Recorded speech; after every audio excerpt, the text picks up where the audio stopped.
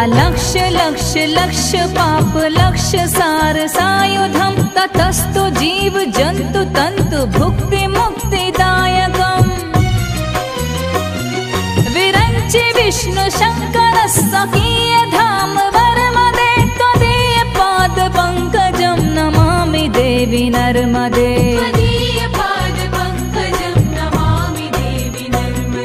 Namami Devi